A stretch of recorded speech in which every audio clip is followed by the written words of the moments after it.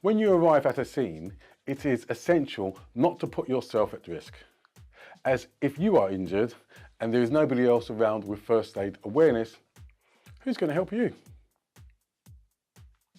It is also important to minimise infection between you, the casualties, and any bystanders.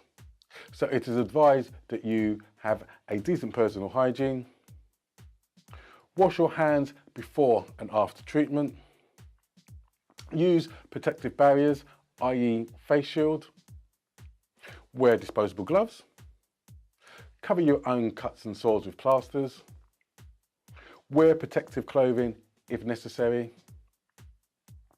treat blood and bodily fluids with caution, dispose of contaminated waste properly, change gloves and other protective barriers between casualties,